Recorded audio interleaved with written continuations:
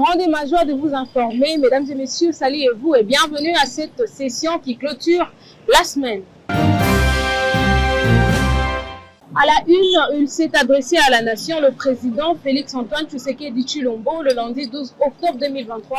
Dans son allocution, il a évoqué l'état de siège installé dans les deux provinces en situation de guerre. Je vous laisse écouter le chef de l'État. Congolaises et Congolais, mes très chers compatriotes, le 3 mai 2021, face aux menaces graves pesant sur l'intégrité de notre territoire et à l'insécurité récurrente vécue par nos populations de l'Est du pays depuis 3 décennies, je proclamais l'état de siège dans les provinces de l'Ituri et du Nord Kivu. J'ai examiné en toute responsabilité l'ensemble des recommandations formulées dans les 3 commissions de la table ronde. Après avoir échangé avec les responsables des institutions de l'État et entendu le Conseil supérieur de la défense, j'ai pris la ferme résolution de conduire, sans atermoiement funeste, mais sans précipitation inconsidérée non plus, les populations des provinces de l'Ituri et du Nord Kivu vers un allègement progressif et graduel du régime de restriction de l'état de siège, avec les meilleures garanties de poursuite du maintien d'une pression maximale sur les ennemis de la paix. Restons toujours en présidence où le président de la RDC, Félix Tshisekedi, a été décerné au cours d'une cérémonie pour ses nombreuses réalisations depuis son accession au pouvoir, le titre honorifique de docteur honoris causa de l'université de Kinshasa. C'était toujours le jeudi 12 octobre 2023. Regardez. À l'université de Kinshasa, le jeudi 12 octobre 2023, le président de la République, Félix-Antoine Tshisekedi Tshilombo, un titre honorifique lui a été décerné. Il s'agit du titre de docteur honoris causa. Honoris causa est une locution latine qui signifie pour l'honneur, ainsi que un doctorat honoris causa est un titre honorifique décerné par une université ou une faculté à une personnalité qui s'est distinguée dans l'exercice d'une fonction donnée ou dans la conduite exceptionnelle d'un exercice. Et ce titre a été décerné au chef de l'État Félix Tshisekedi suite à ses réalisations depuis son accession à la tête du pays. En présence de la première dame Denise Nyakeru Tshisekedi et plusieurs personnalités étatiques du pays qui se sont dit satisfaits de cette reconnaissance de l'université de Kinshasa à l'endroit du chef de l'État. Ce diplôme, c'est déjà une première gratification. Maintenant, il doit continuer à faire davantage, à réaliser davantage quand il aura le second mandat. Et aujourd'hui, l'université de Kinshasa estime que suite à ce qu'il a pu faire dans le domaine économique, comme on l'a dit, dans le domaine politique, le changement de majorité, dans le domaine diplomatique, le changement de paradigme dans le rapport avec nos voisins, et dans les domaines sociaux, il a lancé des grands chantiers. S'en est suivi d'une signature du livre d'or de l'UNIKIN avant de plier au rituel de la photo souvenir. Direction Assemblée nationale, le président de cette chambre basse du Parlement a dressé une mise en garde à tous ceux qui cherchent à semer le doute et déstabilisation au sein des institutions de la République. C'était au cours de la plénière du mercredi 11 octobre dernier. Il a par la même occasion salué la détermination du chef de l'État pour l'organisation des élections de décembre prochain. Propos recueillis par Divine Bala. Honorable député, chers collègues, j'ai tenu dès l'entame de la plénière de ce jour à faire une mise au point concernant des propos de menaces, de déstabilisation concoctés par certains d'entre nous contre notre pays, la République démocratique du Congo. Mais avant cela, permettez-moi de rendre un vibrant hommage au président de la République, son Excellence Félix-Antoine Tshisekedi Tshilombo, pour sa bravoure et sa détermination à offrir aux citoyens, dans le strict respect de la Constitution, la possibilité d'exercer leur droit du suffrage. Pour toute la première fois, Le 20 décembre 2023 se tiendront les élections générales dans notre pays et la démocratie sera entièrement restituée à la base. Pendant que nous sommes tous préoccupés à accompagner cette volonté ouvertement affichée pour des élections libres, inclusives et transparentes, les ennemis du peuple congolais, politiciens en perte de positionnement, sont concentrés dans leurs officines à Kinshasa et à l'étranger pour relayer des messages contre ce processus dignement mené par la Commission électorale nationale indépendante. Changeons de chapitre à présent, le vice-premier ministre, ministre de la Défense, Jean-Pierre Bemba Gombo, a officiellement lancé le programme Uni pour la paix et la sécurité. C'était le jeudi 12 octobre 2023 au Salon Congo de Pullman à Kinshasa, en présence de plusieurs personnalités. Espoir Amala pour plus de détails. Uni pour la paix et la sécurité, tel est le programme lancé par les vice-premiers ministres, ministre de la Défense nationale et des anciens combattants Jean-Pierre Bemba Gombo, le jeudi 12 octobre 2023 pour les soutiens au FARDC en vue du rétablissement de la paix à l'est du pays. C'était au Salon Congo du Pullman Hôtel de Kinshasa en présence de plusieurs invités, dont le parlementaire congolais, le membre du gouvernement, le membre du corps diplomatique ainsi que des officiers généraux et supérieurs de FARDC. Prenant la parole, le patron de la défense congolaise a rendu tout d'abord un vibrant hommage au commandant suprême des FARDC, le chef de l'État, Félix-Antoine Tshisekedi Tshilombo, et a ensuite donné des explications sur les innovations qu'apportent ces programmes. Permettez-moi de rendre nos hommages à son Excellence M. Félix-Antoine Tshisekedi Tshilombo, président de la République, chef de l'État et commandant suprême des forces armées de la République démocratique du Congo. Ce nouveau programme, dont nous avons l'honneur de procéder à son lancement officiel et à l'ouverture de son premier comité de pilotage, vient consolider les acquis de 2 programmes précédents, mais aussi il apporte plusieurs innovations à impact déterminant. Il s'est de rappeler que ce programme est mis en œuvre dans un contexte où le pays est agressé dans sa partie est par le Rwanda sous couvert des M23.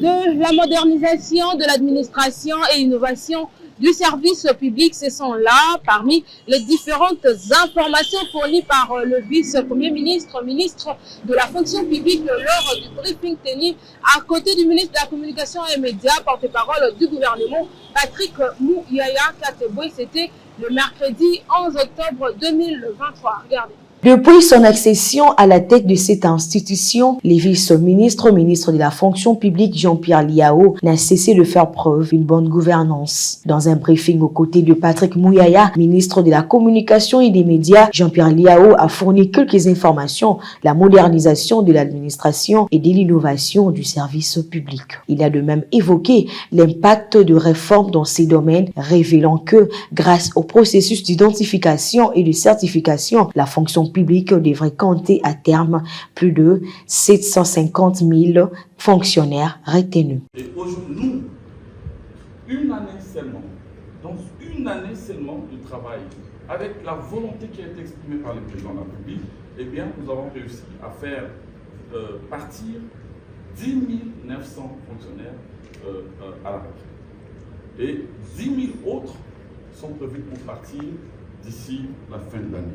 C'est dire, là où il y a la volonté, évidemment, toujours le chemin. Nous avons en même temps amélioré les allocations de fin de carrière. Rappelons que le chef de l'État, Félix Tshisekedi, avait déjà donné des directives au vice-premier ministre de la fonction publique pour finaliser la constitution du fichier de référence de l'administration publique dans le but de maîtriser les effectifs des fonctionnaires de l'État. Direction hôtel de ville où une délégation de la société Al-Bayrak est en séjour à Kinshasa. Ils étaient reçus hier le 12 octobre par le gouverneur Jean-Tini Ngobila Mbaka. Ce séjour est marqué par le lancement du projet d'assainissement et de recyclage des déchets dans la capitale congolaise. Dans le cadre du partenariat avec l'Hôtel des Villes, la délégation de la société Al-Barak est en séjour à Kinshasa pour mettre en place les projets d'assainissement et le recyclage des déchets dans la capitale de la République démocratique du Congo. Jeudi 12 octobre, ces responsables du groupe Al-Barak ont été reçus par le gouverneur de la ville de Kinshasa, Jean-Tiningo Bilambaka, à la faveur d'une réunion préparatoire au lancement de ces projets d'assainissement de la ville de Kinshasa qui consistera à la collecte des déchets à partir de ménages ainsi qu'au recyclage des déchets plastiques. Après cette réunion de travail, le premier citoyen de la ville de Kinshasa a annoncé la cérémonie de lancement du projet pour la semaine prochaine. Nous sommes venus ici à l'Hôtel de Ville, tenir une réunion en vue de préparer le lancement des travaux de salubrité dans la ville de Kinshasa. Les préparatifs sont en cours. Nous espérons que dans les jours qui viennent, en ayant 10 jours, le lancement se fera. Il a remercié le gouvernement central, particulièrement le président de la République démocratique du Congo, Félix Antoine Tshisekedi Tshilombo, pour son implication dans la mobilisation de la garantie exigée par le groupe Al-Barak avant le début du projet. Dans la matinée du même jeudi, le patron de la ville de Kinshasa a conduit l'équipe de la société Al-Barak au garage du TP, situé à la première rue limitée où des entrepôts sont en construction avec de normes requises pour installer cette société à Kinshasa. Nous sommes allés tôt le matin à limiter à la première rue où nous avons visité avec nos invités, c'est-à-dire l'équipe technique qui va gérer le projet Kinshasa Bopeto dans son volet salubrité.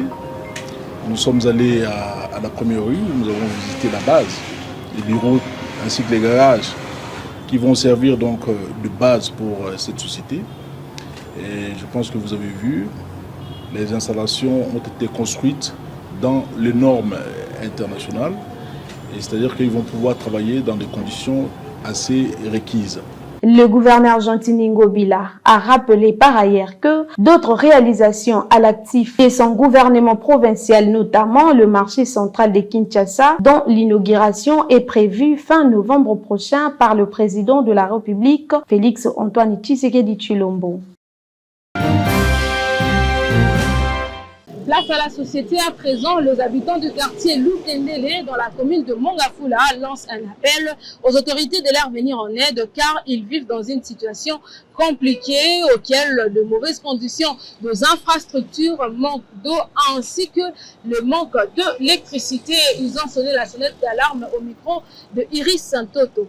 Pas d'infrastructures confortables, pas d'accès à l'eau potable, même pas à l'électricité. Telle est la situation qui traverse les habitants de la commune de Mongafula, dans le quartier Lutendele, précisément sur la route Caravane. Une route fortement historique pour la ville de Kinshasa, mais aussi la RDC, car elle a été empruntée par les tout premiers blancs pour franchir la RDC, mais aussi par Simo Kimbangu pour atteindre le Congo central. Abandonnés à leur triste sort, ces habitants de cette partie de la capitale, en plein 21e siècle, éprouvent d'énormes difficultés pour effectuer leurs mouvements, sans provisionner à l'eau potable pour remplir leurs tâches ménagères, d'où ils lancent un appel aux autorités compétentes afin de leur venir en aide.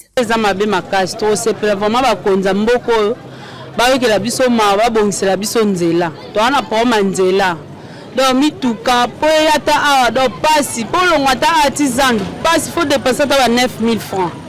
Donc nzeleza pasi moto kaka na moto to lembi. Ezali route moko historique oyo route oyo Kimbangu ya oyo ba installer ba yela yango oyo. Mais comment expliquer vous ba kotanga ba tia banzela nyoso ba zotanga banzela ya banini mais route de caravane route historique ba to ba tia yango kate. C'est inadmissible. Ceci étant dit, aux autorités compétentes de répondre favorable à leurs demandes, car cette situation, surtout d'infrastructure, cause plusieurs dégâts pendant cette saison de pluie.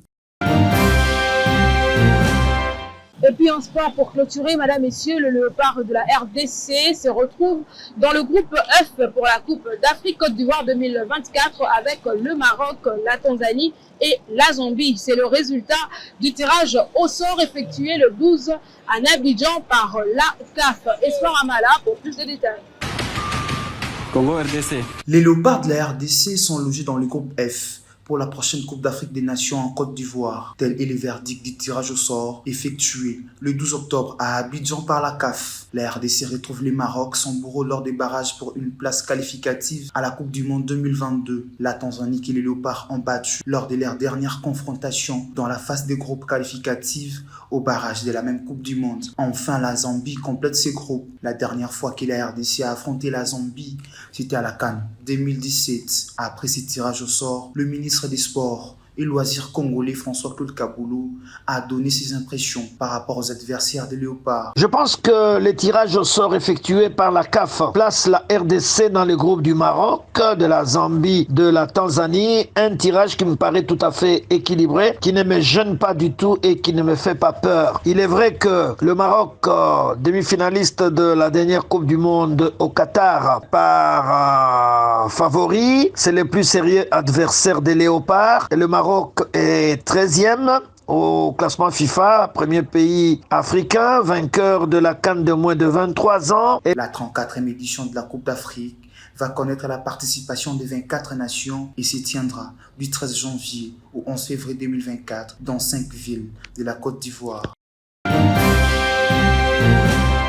C'est ainsi que s'achève cette édition d'aujourd'hui. Mesdames et messieurs, un grand merci à vous pour votre attention soutenue. Mais si vous l'aviez aimé, dites aussi merci à Gontra Bunga qui était derrière la caméra, Espoir Amala à la chefferie d'édition, mais aussi à toute l'équipe technique et rédactionnelle de l'Info 15. Au même plaisir de vous retrouver très prochainement.